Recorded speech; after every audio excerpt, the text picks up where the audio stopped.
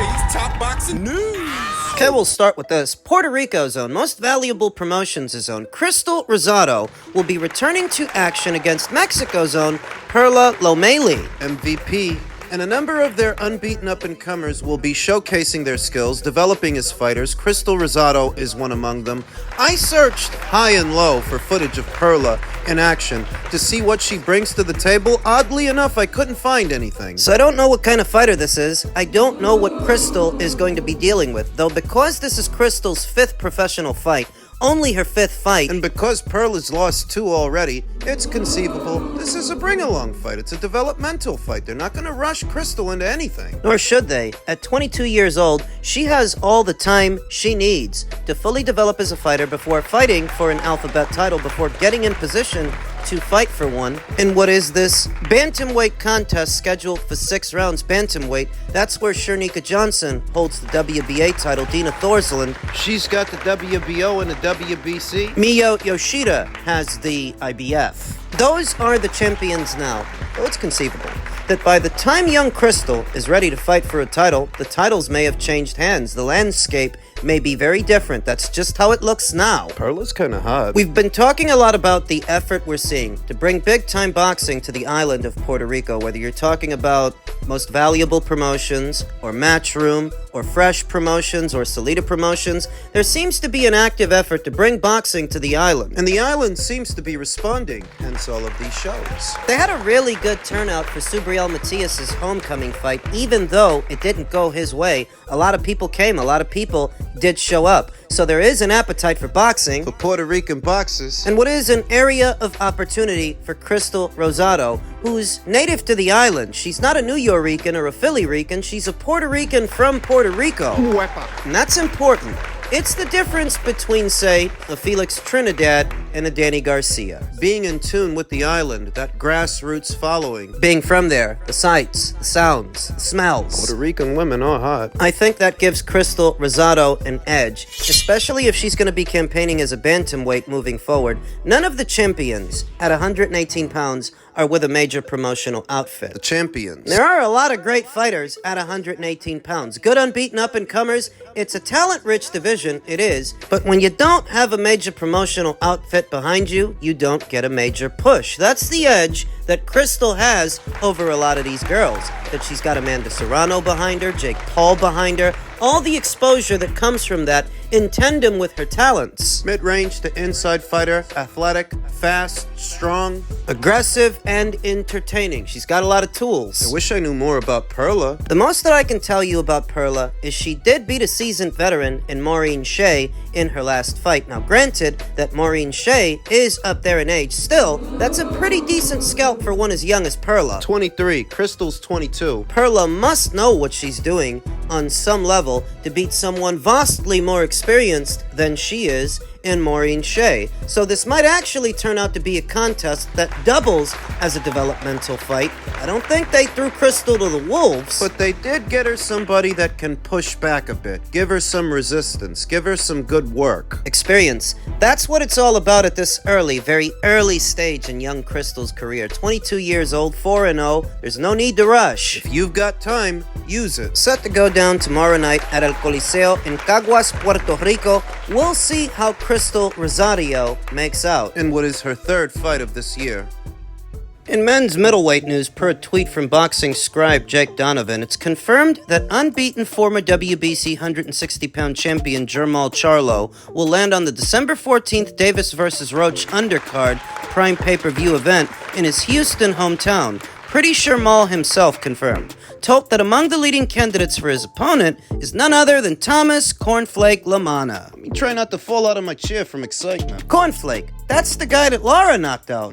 From Jose Benavidez, who used to campaign as a welterweight, to Cornflake Lamanna, who got knocked out by Lara. The irony that Jermall Charlo is still an unbeaten fighter, an unbeaten former junior middleweight champion whose career is just going on aimlessly at this point. No traction, no trajectory, no buzz, no real interest. One guy who is interested in Jermall Charlo is former 2-division champion Demetrius Andrade, who took to his social media to call him out, saying, "It's me again, Jermall. Let's steal the show in your hometown, December 14th. He seems to be vying for a slot against Jermall on that undercard. He's still coming off that lopsided loss to David Benavidez. I think it's been a year since then. And we know that Demetrius and Jermall, a fight between them, it used to be a hot topic, but not so much now. To that call-out, Jermall responded. Somebody tell Boo Boo answer the phone, bro.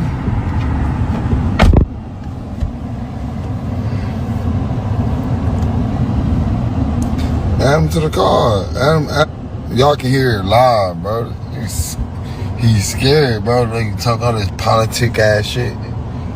Now I ain't from Rhode Island. What's poppin'? Let's get Boo Boo, then we get Caleb, we can like what's up? And he calling me out. I'm down to fight. Me and Andrade will be a good fight. I ain't gonna lie. I'm locked in. Like I'll fight Andrade. It's gonna be a good fight. Like for real. Let's do it. I want the Boo Boo fight. But if I don't get the Boo Boo fight, y'all tune in December 14th. I'm gonna fight somebody. You know what I mean? Caleb Plant. I'll fight Caleb Plant too.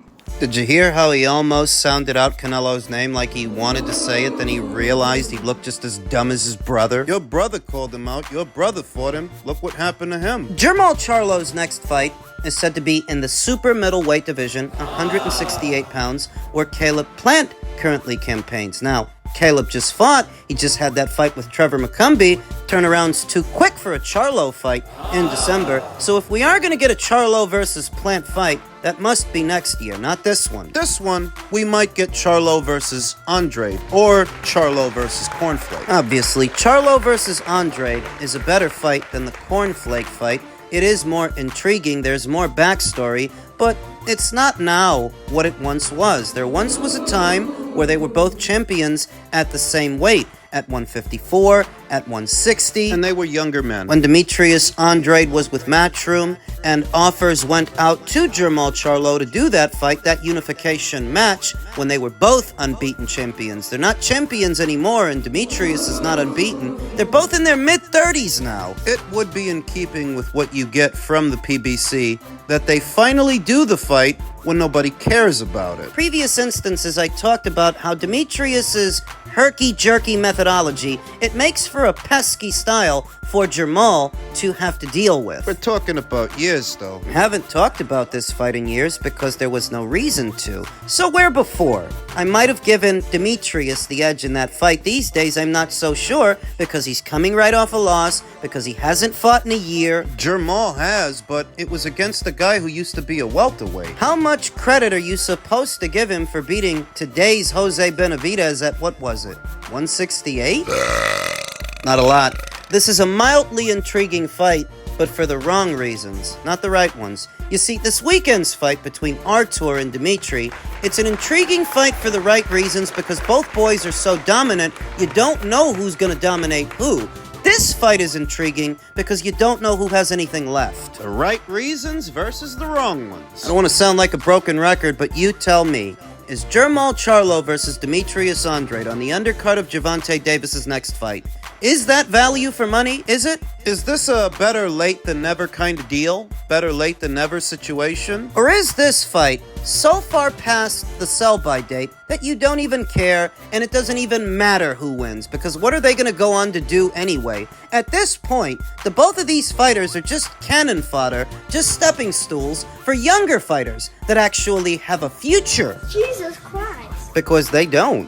Whatever they were going to do in boxing, they must have done it already. They're just remnants of the past now.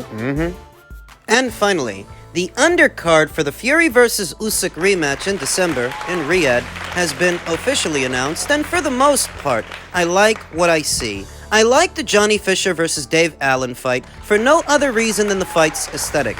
Johnny Fisher's gonna let go of heavy, heavy punches. It's all the reasons you watch a heavyweight fight. To watch two really big guys punch each other in the face. Dave Allen, the seasoned veteran, the seasoned journeyman, has been in there with a lot of good fighters. Johnny Fisher will be the next. Big, strong kid. He's coming off that knockout win. I think that was a first-round knockout over Alan Babic.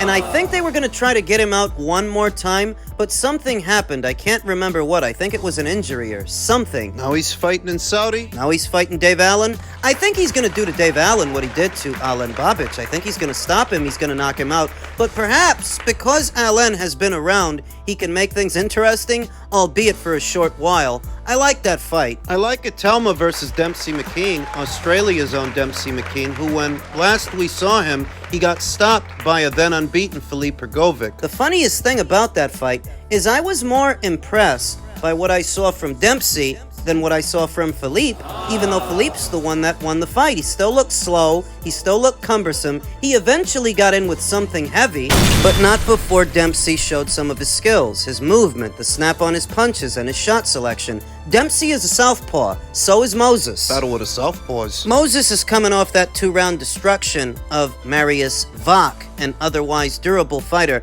Moses showed a lot of good qualities in that fight. That was earlier this year, whereas Dempsey's been out a while, a long while. This guy hasn't fought since the summer of last year. That's what's working against him, against Moses. And what I like about Moses is his range of motion. He moves well for a kid his size. He's explosive. He's definitely strong, freakishly strong. But he's also got very good footwork. I mean, at least at this early stage, this kid can really move. He's promising. One of Frank Warren's prized stallions in his heavyweight stable. He's got Fabio Wortley, he's got Moses Atelma, Daniel Dubois. I heard he signed a Ukrainian heavyweight, and I'll have to familiarize myself with that guy, but Frank's beefing things up. And Moses is definitely a part of his bottom line and the bigger picture. I like that fight. I love the Sergey Bohachuk versus Israel Madrimov fight. We heard rumors weeks ago that they might put this together,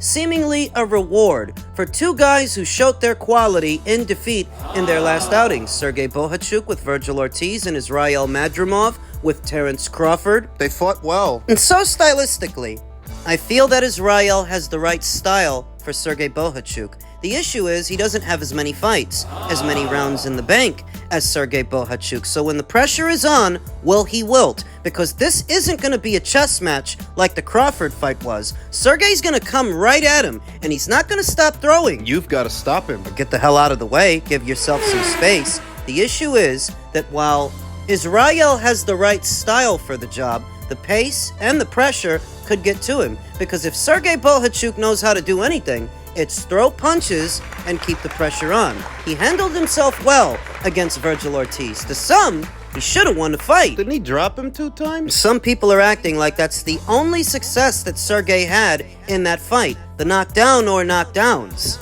Sergey Bohachuk, who was once stopped by Brandon Adams, a light-punching Brandon Adams, seemed to be able to deal with Virgil's power shots well. How will he deal with Israel's power? Remember that Virgil Ortiz was still very much a smaller fighter that was moving up in weight, sort of. That the only fights he had in the build-up of that one were fights against welterweights that didn't even last very long.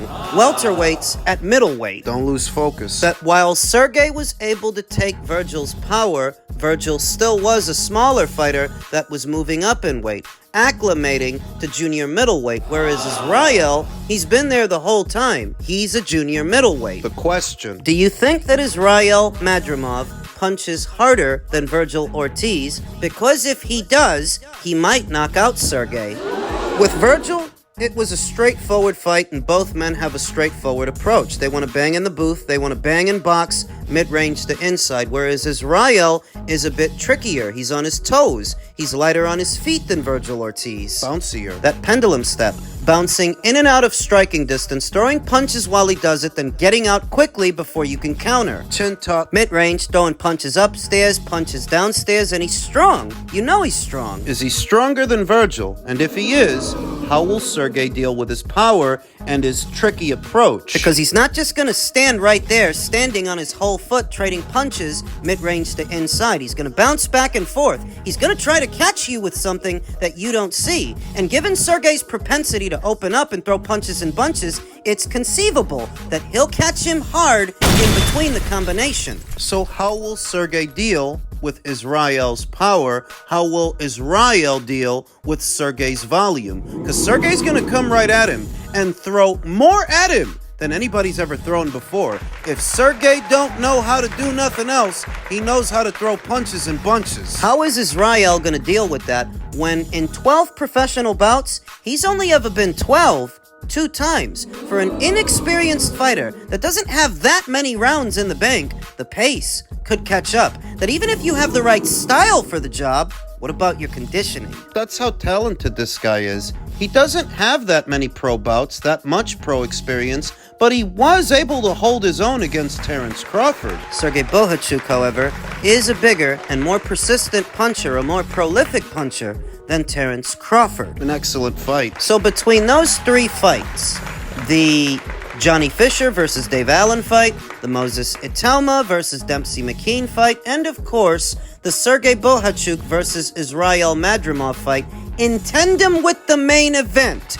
Yes, this is value for money. Especially now that Turkey has dropped the price point for his pay-per-views. He's making them more affordable to that many more people. You're talking about just 15 to 20 bucks for this card. Now, to the American audience, they may not see the value because, well, there aren't any Americans on this show. This is an international show that features guys from the Ukraine, guys from Uzbekistan, Britain, Australia. Know how xenophobic American fight fans can be. If the Americans are not the centerpiece of the show, they don't want to know, but it's their loss. This fight is set to go down December 21st, a week out from Gervonta Davis's fight, the Lamont Roach fight. That fight is going to cost a lot more than this one, but this one gives you more. More for less. So you know where my money is going. Notice that Isaac Lowe managed to get a slot on this show. I still can't figure out, why does Isaac Lowe keep getting spots on these big-time shows, these big cards? Who's he sleeping with? Isaac Lowe aside, overall, this is a great card, a strong card, some good fights there, good action fights. In the main event, Usyk versus Fury. I'm expecting Usyk to stop Tyson Fury this time, to finish the job. I don't know what his plans are for afterwards, if he wins, but we'll cross that bridge when we get to it.